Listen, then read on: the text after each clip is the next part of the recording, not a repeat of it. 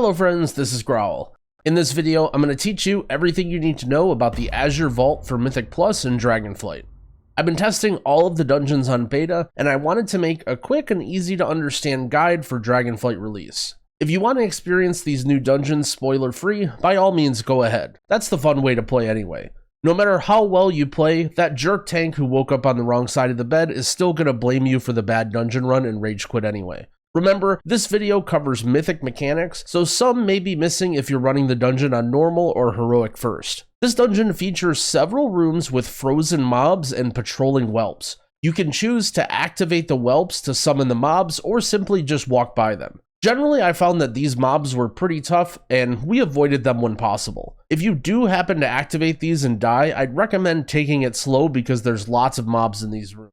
We'll cover what these mobs do later on. Early in the dungeon, you'll come up against Conjured Lashers. These mobs have a single cast that's incredibly deadly and should be stopped. Mystic Vapors puts a stacking dot on your entire party for each cast that goes off. Remember to use stuns, fears, and everything you have to disrupt them. The Arcane Tender mobs have a cast that needs to be interrupted, or you'll eat a long stun and become a tree. Other than that, there's not too much scary stuff all the way until the first boss. After clearing the room, the boss will become active. Laymore summons crystal sprouts around the room. Each player will get knocked back and get a large circle that they can use to clear the sprouts if they stand next to them. The boss will also do a tank frontal, which the tank can aim to clear these sprouts. You want to clear as many as possible before the consuming stomp cast. It's going to blast your party with damage based off of how many sprouts are still alive. The fight continues like this over and over until the boss dies or you die. As you progress deeper into the vaults, your party will start to get infused with some strange magic. These are small buffs that may change your character's appearance or make your life slightly easier or harder by slowing you or increasing your haste. Be sure to read the buff that you get once you see it. There are a lot of dangerous swirlies and ground effects in this area that can be hard to see. On top of that, the Rune Seal Keeper casts icy bindings which roots you and your entire party, so this must be interrupted. These Crystal Fury mobs are the same rock golems that we saw earlier in the dungeon. These mobs have an incredibly dangerous frontal cone that stacks a debuff on whoever is hit, so try and stay away from the tank. The elementals will cast Waking Bane. It's a sleep that can also be dispelled by the healer. Take the books to travel from platform to platform until you reach the second boss area. Make sure to clear the entire boss room. Most of the mobs that you'll run into here will be similar to mobs earlier in the dungeon. Azure Blade, the second boss, is very straightforward. It has a frontal and a cleave that you need to dodge. Occasionally, it'll summon an ad that you need to kick and eliminate. Every time the boss reaches 100 energy, it goes to the middle of the room and summons 4 ads, becoming invulnerable. During this phase, it pulses heavy damage to the group and shoots orbs everywhere that deal damage on contact, and you need to kill all 4 of the ads to resume killing the boss. For us, this was the most difficult part of the fight, so be sure to save some heavy cooldowns and defensives for it. Once you clear the ads, the fight resumes as normal, rinse repeat.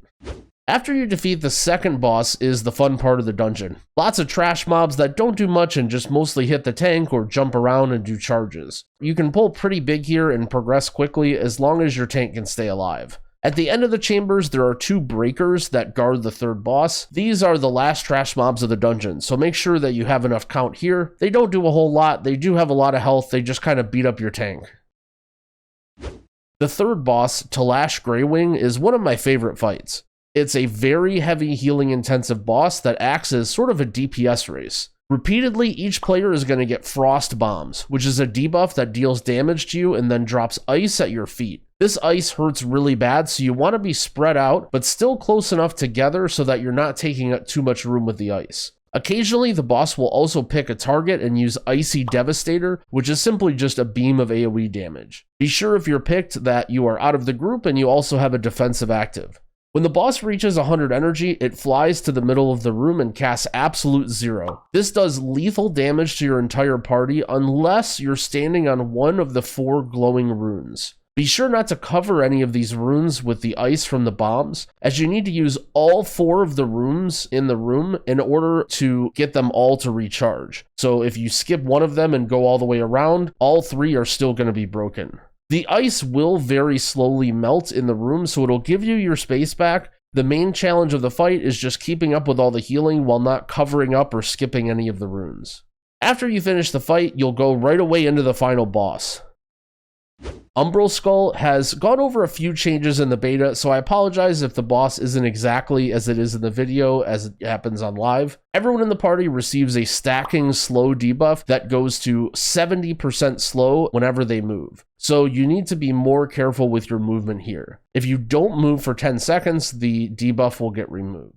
The boss summons crystals occasionally which need to be destroyed or they will blow up, dealing heavy party damage depending on how many are active. In the beta, we tended to drag the boss to the side of the room, that way the crystals would kind of clutter in one area. There's also a boss frontal, as well as orbs that move around the room that needed to be avoided, which can be difficult if you're very slow. There's also a nasty tank debuff that should be dispelled whenever possible, making it harder to dispel slows as a healer. So slow removal like freedom is really helpful for this boss. Don't get hit by stuff, clear the crystals, and you win. That's the end of the dungeon. That covers my quick rundown of the Azure Vaults dungeon for Dragonflight. I hope it was helpful. If you think there's anything important that I missed, or you were just triggered by my low efflorescence uptime in the background footage, be sure to leave a comment down below. Thanks for watching, and happy keying, friends.